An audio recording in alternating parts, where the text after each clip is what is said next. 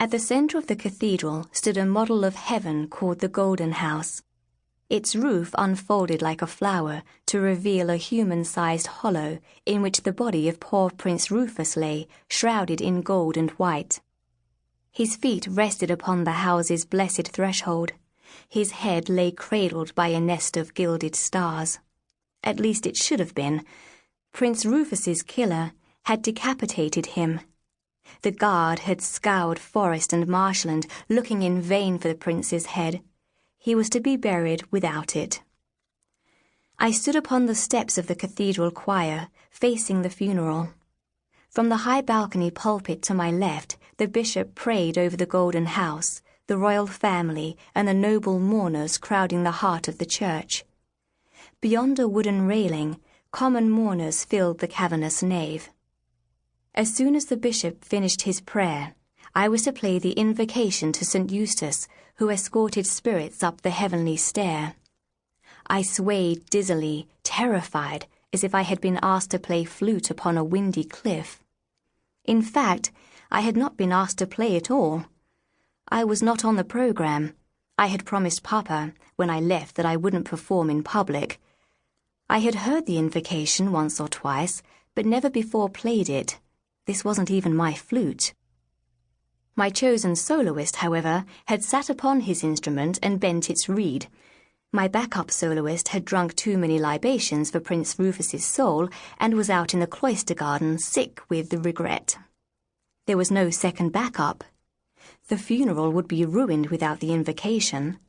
I was responsible for the music, so it was up to me. The bishop's prayer wound down.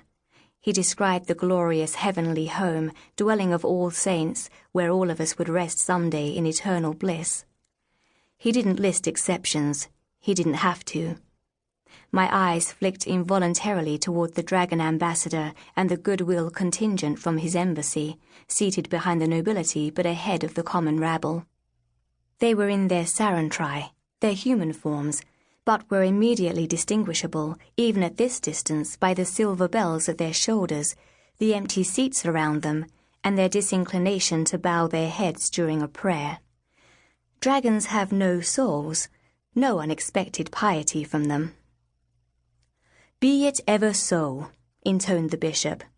That was my signal to play, but at that exact moment I noticed my father in the crowded nave beyond the barrier. His face was pale and drawn.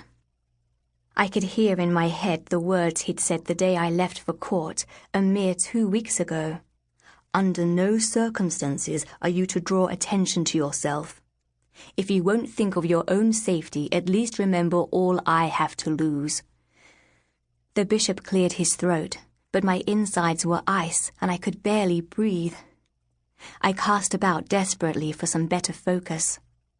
My eyes lit upon the royal family, 3 generations seated together before the Golden House, a tableau of grief.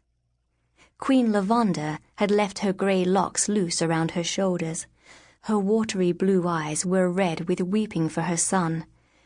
Princess Dion sat tall and glared fiercely, as if plotting revenge upon her younger brother's killers, or upon Rufus himself for failing to reach his 40th birthday. Princess Griselda, Dion's daughter, laid her golden head upon her grandmother's shoulder to comfort her. Prince Lucien Kiggs, Griselda's cousin and fiancé, sat a little apart from the family and stared without seeing. He was not Prince Rufus's son, but he looked as shocked and stricken as if he'd lost his own father. They needed heaven's peace. I knew little of saints, but I knew about sorrow and about music as sorrow's surest balm. That was comfort I could give. I raised the flute to my lips and my eyes toward the vaulted ceiling and began to play.